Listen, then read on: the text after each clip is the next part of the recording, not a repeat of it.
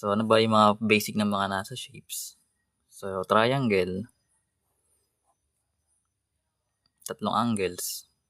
So, nakadepende yan kasi may mga part yan like, pwede silang different kinds. Depende sa angle tsaka sa side. Pero, kung hanapin mo lang naman yung area, tsaka yung perimeter nito, madali lang. So, yung area, siya yung parang itong sa loob na ano ba tawag dun sa area na sinasabi? Nakalimutan ko yung tamang way, tamang pagsalita ng area. Pero yung perimeter kasi, siya yung mga sides na ma-enclose mo yung graph. So, yung area, pang 2-dimensional siya. Kasi di ba meron tayong perimeter, yung nasa labas, yung area pang 2D. Then yung volume pang 3D. So, we're in, yung area ng triangle natin, that is 1/2 base times height. Pero ito kasi nakaslant, hindi mo dyan makukuha yung height. Dito mo yun makukuha na naka-perpendicular dapat sa base. So, kung ito yung given, tas may given ka dito sa baba, para makuha mo yun, mag-Pythagorean theorem ka. Pero kung given na yung base, pa-plug mo na lang. Tsaka yung height, no? Then, as for perimeter naman, so let's say meron ka ditong AB tsaka sina sides. Add mo lang lahat yun.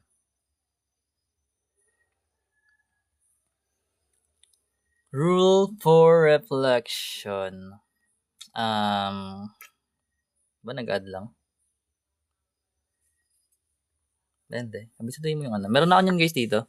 Yung mga geometric transformation. Kakapost ko lang nun. Anyways, balik na dito. So, sa square. So, by marking kasi maintindihan mo yun na kung ano yung graphs o yung shapes. So, kunyari, ito. May pare-pare silang markings na tag-iisa sa side.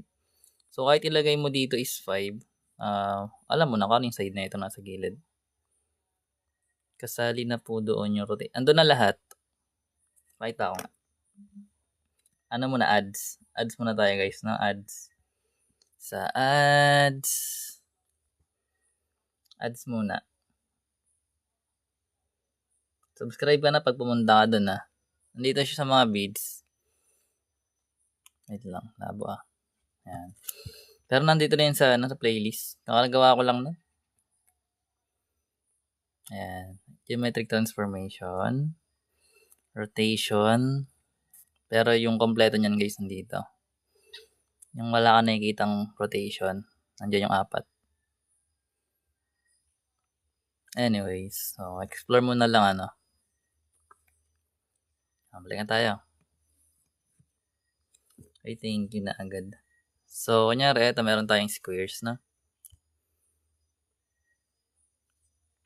So, kapag meron ditong 5 na side, ibig sabihin, by markings, alam mo na 5 to. Nasa gilid mo. So, ibig sabihin, dahil pare-pare sila ng markings, meron kang square. So, pagdating sa area ng square, di ba, kung pare-pare sila ng side, ibig sabihin, lahat to puro S. So, ang area kasi ng square tsaka ng rectangle, parehas lang sila, length times width Tingnan mo. Kung ili-length times width mo to, ito sabihin natin yung length, ito yung width. So, magkakaroon ka lang ng S times S, which is magiging S squared. Ganoon din yan sa, sa square, sa rectangle. Then, as for perimeter naman, so, may 4 ka na side. So, let's say S plus S plus S plus S. So, integers, polynomials, 1 plus 2 plus 1 plus 1 plus 1, magiging 4. Then, copy mo yung variable. Kaya siya magiging 4S. Gets? Pero sabi nga natin kanina, thank you, Jolo. Kung meron tayong rectangle, so ito naman, by markings, gets mo rin siya na rectangle. Kasi yung isa, tag-isa lang ng markings, then yung gilid, tag-dalawa. So, parehas ng measures. So, let's say ito is 3, ito is 2. Sabihin na ito 2, ito 3. Ganun siya ginagawa. Sa angles, ganun din yan. Yung mga angles. Makikita mo yun sa markings. Anyways, pagdating dito guys, sa area ng rectangle, sabi nga natin, length times width siya, diba? So, kung merong ang 3 times 2, sabihin natin ito yung length, ito yung width. So, magkakaroon ka lang ng 3 times 2. Maging 6. Pero lahat yung units na ito guys, pag area naka-squared yan ha. So, let's say units, square unit. Yan. Depende kung ano yung unit mo. Kung meron kang centimeter, magiging centimeter squared. Kapag mga area yan. Then, as for perimeter naman nito, so, dahil meron ka ditong isa pang width, may isa ka pa ditong length. So, basically, magkakaroon ka ng width plus length plus length. Kasi nga, lahat ng side, i-add mo. Or pag ginawan mo siya ng algebra, width plus width, W plus W, magiging 2W. Plus L plus L, magiging 2L. Or pwede mo pa siyang i-factor out.